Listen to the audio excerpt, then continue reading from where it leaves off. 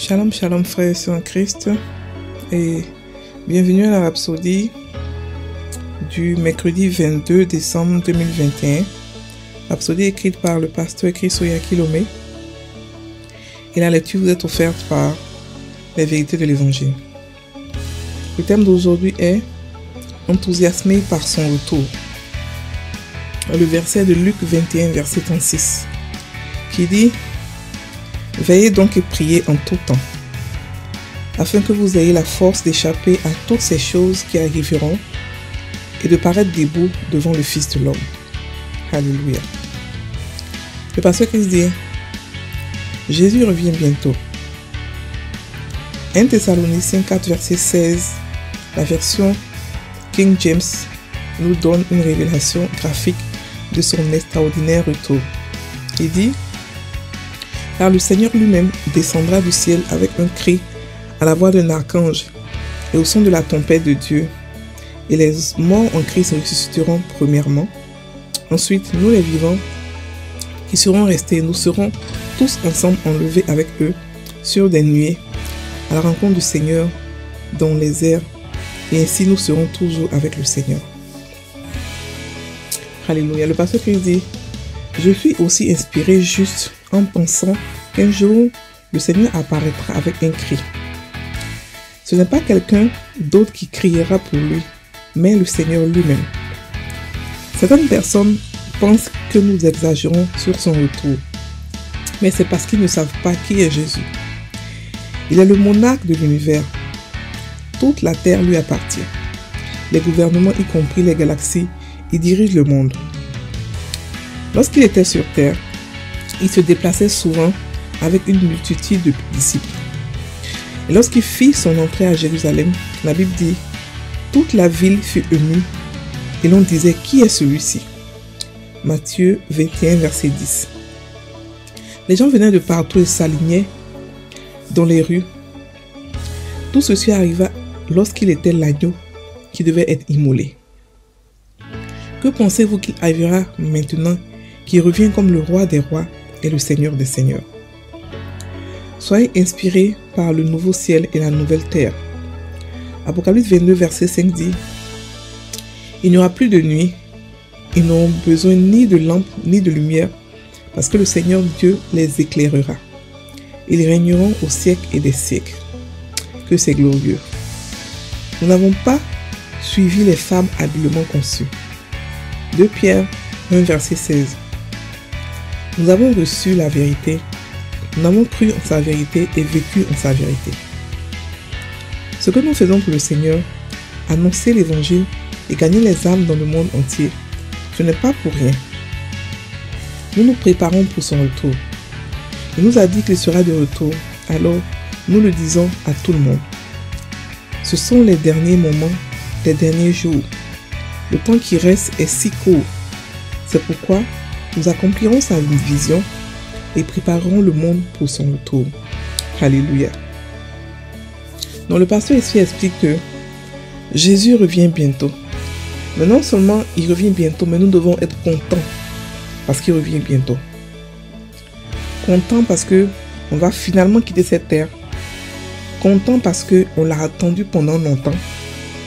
Et content parce qu'on va finalement le rencontrer dans toute sa gloire, dans toute sa royauté, dans toute sa splendeur. Alléluia. Imaginez celui à qui la terre entière appartient. Il revient nous chercher. Nous régnons avec lui.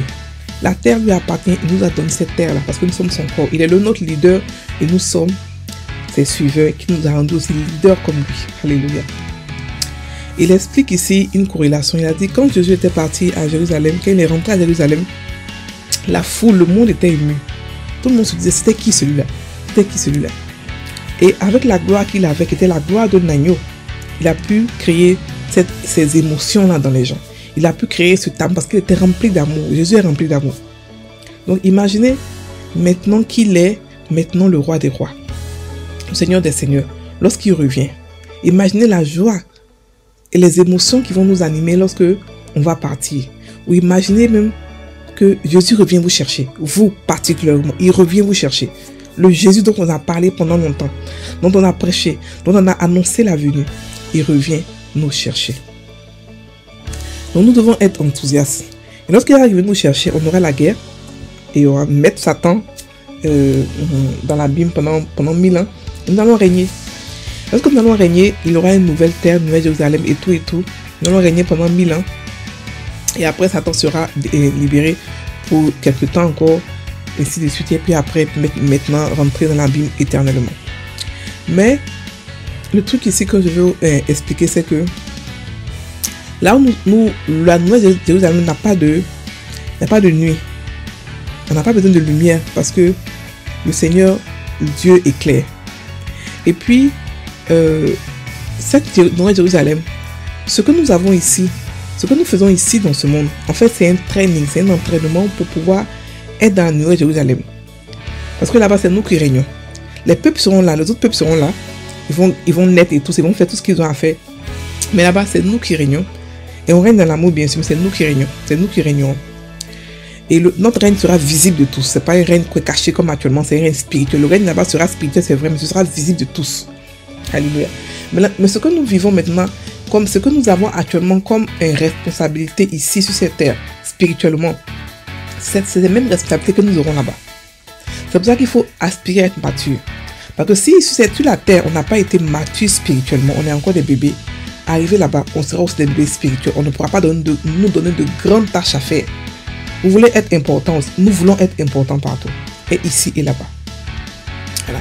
Mais non seulement ça, il revient bientôt, cette joie-là doit nous motiver à pouvoir prêcher l'évangile. Alléluia. À pouvoir prêcher, à pouvoir parler de ça. Oh, ça fait longtemps qu'on prêche que, comme quoi, Jésus revient bientôt, Jésus revient bientôt. Mais, avec ces derniers événements qui sont passés dans ce monde, sa venue est encore plus imminente. Sa venue est encore plus imminente. Plusieurs chrétiens ont pleuré pour dire, Seigneur, reviens, reviens, reviens. Mais soyez calmes. Pendant que l'Antéchrist sera là, nous, on sera déjà enlevés. Donc, on n'a pas à s'affoler pour l'Antéchrist. Ce qu'on a à s'affoler pour, c'est arracher les âmes dans les mains de Satan. Arracher les âmes, prêcher l'évangile, parler de l'évangile. Cet évangile doit être prêché partout avant que la fin ne vienne. La Bible dit que cet évangile sera prêché partout avant que la fin ne vienne, avant que Jésus revienne nous chercher. Donc, attelons-nous à notre tâche, qui est de prêcher l'évangile. Nous ne pouvons pas partir seuls. C'est égoïste de notre part de vouloir dire, ok, on part seul, il revient, on est pressé qu'il vienne, c'est vrai. Mais on ne peut pas partir seul parce que une tâche qui nous a été donnée, de prêcher l'évangile à travers le monde, nous devons la faire. Et cette tâche, c'est la tâche la plus importante que Dieu a. C'est le cœur de Dieu. Prêcher l'évangile, emmener ses enfants, enlever ses enfants des ténèbres à la lumière, enlever ses enfants de Satan à son amour. Alléluia.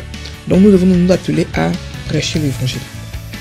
Mais nous devons aussi être contents parce qu'il revient bientôt. Que ce souvenir-là puisse être pour nous une joie comme quoi effectivement il revient bientôt.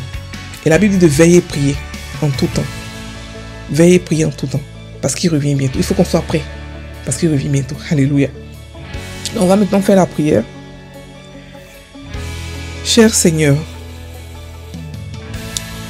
je suis inspiré par ton retour imminent.